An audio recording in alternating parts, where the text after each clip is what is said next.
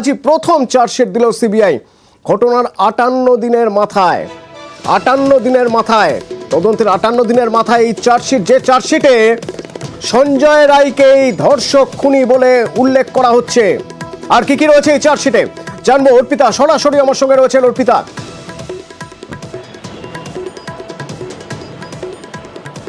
দেখো, তোমাকে জানাই যে আরজি করে খুন এবং যে ধর্ষণের ঘটনা ঘটেছিল, অর্থাৎ চিকিৎসক ছাত্রীকে খুন এবং যে ধর্ষণের ঘটনা গত 8ই আগবেলায় ঘটে, এই নামে এক সিভিক ভলেন্টিয়ারকে গ্রেপ্তার করেছিল এবং হাইকোর্টের নির্দেশে সেই তদন্তভার যায় সিবিআই এর স্পেশাল ক্রাইম ব্রাঞ্চের হাতে।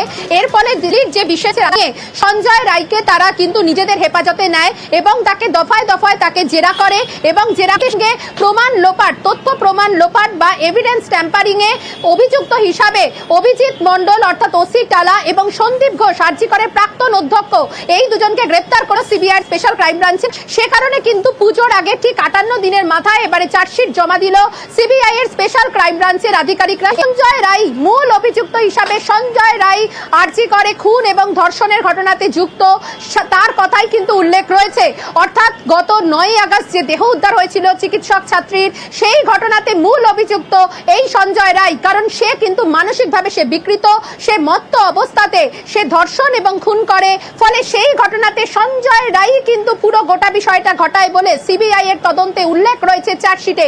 তবে এছাড়াও যে তদন্তের বিষয়গুলি সেখানে থাকবে বা রয়েছে সেগুলি হলো যে এই ঘটনার পরে সেখান থেকে এভিডেন্স ট্যাম্পার করা হয়েছে, সেখান থেকে তথ্য প্রমাণ লোপাট করা হয়েছে এবং সেই হিসাবে কিন্তু দুজনকে গ্রেপ্তার করা হয়েছিল, অভিজিৎ মণ্ডল এবং সন্দীপ ঘোষ। এবং রায় একাই ছিল, কিন্তু তারপরে ঘটনার যে পর্যায়ক্রম, সেখানে এই ঘটনাকে ধামাচাপা দিয়ে সুইসাইডের চেষ্টা বা সুইসাইড করেছে বলে যে চালানোর যে চেষ্টা, ধামাচাপা দেওয়ার যে চেষ্টা হয়েছিল হাসপাতাল এবং পুলিশের তরফে। শুধু তাই নয়, যে অভিযোগ করতে রাত 11:30 বেজে গেল, অর্থাৎ সকাল 9:30 ঘটনার কথা জানা যায়, রাত 11:30 বেজে গেল সেই অভিযোগের মামলা করতে। এবং এই মামলা করতে যে গড়িমসি, সন্ধ্যেবেলায় কেন ময়নাতদন্ত এবং তারই সঙ্গে এই ঘটনাতে যে মূল অভিযুক্ত সঞ্জয় রায়, তাকে আড়াল করার যে একটা অভিপ্রায় বা এই ঘটনা জানাজানি হলে কোনোভাবে কিন্তু প্রভাব পড়তে অন্য কোন মহলে চেষ্টা বিষয়গুলো থাকবে। তবে এই বিষয়ে মূলত কিন্তু আজকে সঞ্জয় রায় কিন্তু মূল অভিযুক্ত, সেটাই কিন্তু উল্লেখ রয়েছে চার্জশিটে। এর পরবর্তীকালে যে সাপ্লিমেন্টারি যে চার্জশিট দেওয়া হবে, সেখানে কিন্তু আদার্স অ্যাকিউজড হিসাবে অন্যান্য যারা ফোন সেদিন ষড়যন্ত্রে যারা যুক্ত তাদের নাম থাকতে পারে। তোমাকে জানিয়ে রাখি যে আরজি করে খুন এবং যে ধর্ষণের মামলা কলকাতা পুলিশ নেওয়ার পরে হাইকোর্ট প্রায় 58 দিন, অর্থাৎ 58 দিনের মাথাতে আজকে চার্জশিট জমা দিল সিবিআই স্পেশাল ক্রাইম ব্রাঞ্চের আইও, অর্থাৎ সাদা কাপড়ে মোড়া সেই চার্জশিট কিন্তু শিয়ালদা আদালতে ঢুকিয়ে নিয়ে যাওয়া হচ্ছে। সেই ছবি তুমি দেখতে পাচ্ছ। একেবারে কিন্তু এই 58 দিনের মাথায় পুজোর ঠিক আগেই এই চার্জশিট পেশ, যা কিনা অত্যন্ত গুরুত্বপূর্ণ। কারণ আন্দোলন বারবার যায়, কিন্তু তদন্তের জাল ধীরে ধীরে কিন্তু গোটাচ্ছে সিবিআই। তবে এই তদন্ত আরো ষড়যন্ত্রে সামিল সেই বিষয়গুলো কিন্তু সাপ্লিমেন্টারি চার্জশিটে উল্লেখ থাকবে। তো আজকে উল্লেখ থাকছে সঞ্জয় রায় একজন মানসিকভাবে বিকৃত, মত্ত অবস্থায় সে ধর্ষণ এবং খুন করে নিয়ে কিন্তু তদন্ত চলবে সিবিআই এর। অতনু, ধন্যবাদ অর্পিতা। গত 14ই আগস্ট 14কে খুনে তদন্তভার নিয়ে সিসি ক্যামেরার ফুটেজ খতিয়ে দেখে সিবিআই। ধৃত সঞ্জয় রায়। মেডিকেল কলেজের সেমিনার হল থেকে উদ্ধার মহিলা চিকিৎসকের দেহ। খুন ধর্ষণের আরজি করে এজেন্সির গোয়েন্দারা, তাদের দলে রয়েছে ফরেন্সিক বিশেষজ্ঞ, medical team, video site. Forensic team भी है आपके साथ? Yes. We have. CFSL team has come from Delhi. Medical team, everything has come from Delhi. We are here. গত সপ্তাহের বৃহস্পতিবার আরজি করে নাইট ডিউটিতে ছিলেন নিহত চিকিৎসক। সকালে তদন্তের নির্দেশ দেয়, সেদিনই এফআইআর দায়ের করে সিবিআই। দলের বাইরে থেকে সেমিনার হলে যাতায়াতের রাস্তাও খতিয়ে দেখে সিবিআই। হাইকোর্টের লালবাজার কলকাতা পুলিশকে দেওয়া সঞ্জয়ের বয়ান খতিয়ে দেখছে সিবিআই। সঞ্জয় কি দীর্ঘদিন ধরে নিহত তরুণীকে ফলো করছিল? গত বৃহস্পতিবার রাতে সুযোগ সিবিআই।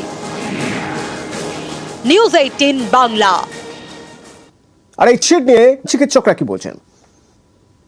আমি পরে বলেছিল এটা আত্মহত্যার ঘটনা, অর্থাৎ তারা লুকানোর চেষ্টা করেছিল। আমরা চাইবো যদি আরো এবং পুরো তদন্ত প্রক্রিয়াটা অতি দ্রুত শেষ করে সুপ্রিম কোর্টের হিয়ারিং ও অবশ্যই এটা সিবিআই এর প্রাথমিক তদন্তের রিপোর্ট এই রিপোর্ট অনুযায়ী একজনকেই দোষী সাব্যস্ত করা হয়েছে খুন এবং ধর্ষণের ক্ষেত্রে।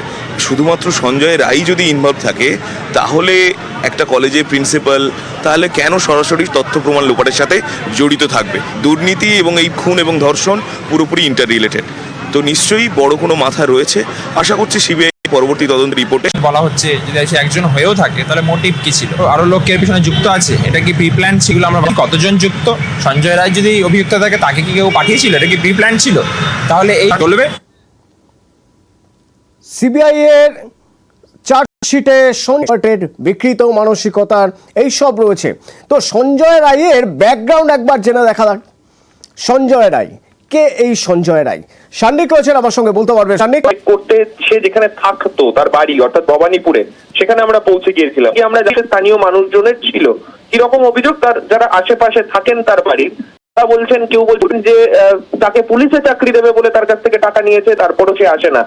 এর আগে সঞ্জয়ের বিয়ে একাধিক ঘটনা কিন্তু তার ব্যাপারে জানতে পারা গিয়েছিল এবং প্রত্যেকটা বিষয় নিয়ে কিন্তু প্রশ্ন উঠতে শুরু করেছিল সেই সঞ্জয় রায়ের এত প্রভাব প্রতিপত্তি কিভাবে, যে কলকাতা পুলিশের সিবিআই এর তরফে যে চার্জশিট পেশ করা হচ্ছে তাতেও কিন্তু সেই সঞ্জয় রায়কেই পারভার্টেড বলে সেখানে উল্লেখ করা থাকছে, সেই বিষয়টাই কিন্তু উল্লেখ থাকছে।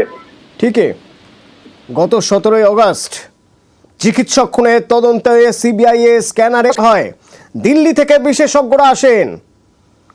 সঞ্জয় সূত্রে কলকাতা পুলিশের 4th ব্যাটালিয়নের আরজিকর হাসপাতালে চিকিৎসক খুন, পরদিনই কলকাতা পুলিশের জালে সিভিক ভলান্টিয়ার সঞ্জয় রায়। কলকাতা হাইকোর্টের নির্দেশেই ধর্ষণ খুনের ঘটনার তদন্ত করছে সিবিআই। এবার তাদের স্ক্যানারে সঞ্জয়। শনিবার তার 2টি ডেরায় হানা দেন তদন্তকারীরা। ভবানীপুর সঞ্জয়ের বাড়ি, কিন্তু বেশিরভাগ সময় থাকতো সল্টলেকে, কলকাতা পুলিশের 4th ব্যাটালিয়নের বারাকে। তদন্তকারীরা জানতে পেরেছেন 8ই আগস্ট সন্ধে বারাক থেকে আরজি করে যায় সঞ্জয়। পরের দিন ভোরে আবার বারাকে ফেরে। ওই দিনই চিকিৎসক তরুণীর দেহ উদ্ধার হয়। 8 এবং 9 আগস্ট সঞ্জয়ের গতিবিধি ঠিক কি ছিল, সে কাদের সঙ্গে মিশত, এই সব প্রশ্নের উত্তর পেয়ে 2.5 ঘন্টা পর বেরিয়ে যান তদন্তকারীরা। বিকেলে যান ভবানীপুরে সঞ্জয়ের বাড়িতে। তার বৃদ্ধা মাকে জিজ্ঞাসা ঘোষ। তার বিরুদ্ধে প্রথম থেকেই নানা অভিযোগ। শুক্রবার তাকে রাস্তা থেকে তুলে নিয়ে যান তদন্তকারীরা। তখন ঘড়িতে সকাল 7:30। সিজিও থেকে বাড়ি যান আরজি করের প্রাক্তন অধ্যক্ষ। আমরা কি জিজ্ঞাসাবাদ করেছি, দ্বিতীয় কথা, আর এটা পুরো আন্ডার ইনভেস্টিগেশন আছে, সেজন্য আমি কিছু বলতে পারবো না। আমাকে আমরা জিজ্ঞাসা সন্দীপ, তারপর আবার জিজ্ঞাসাবাদ। সূত্রের খবর, তার অপরাধীকৃত রাখতে কি ব্যবস্থা নিয়েছিলেন? সঞ্জয়ের কুকীর্তির কথা কি কিছুই জানতেন না? জানা গেছে জিজ্ঞাসাবাদ পর্বে সন্দীপের বয়ানে বেশ কিছু অসঙ্গতি মেলে। গোটা জিজ্ঞাসাবাদ পর্বের ভিডিওগ্রাফি করা হয়।